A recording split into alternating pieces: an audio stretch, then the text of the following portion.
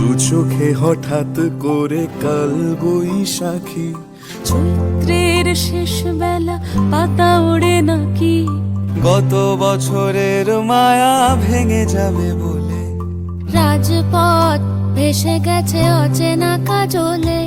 দু চোখে হঠাৎ করে কাল বৈশাখী, চৈত্রের শেষ বেলা পাতা ওড়ে নাকি, গত বছরের মায়া ভেঙে যাবে বলে, রাজপথ ভেসে গেছে অচেনা কাজলে।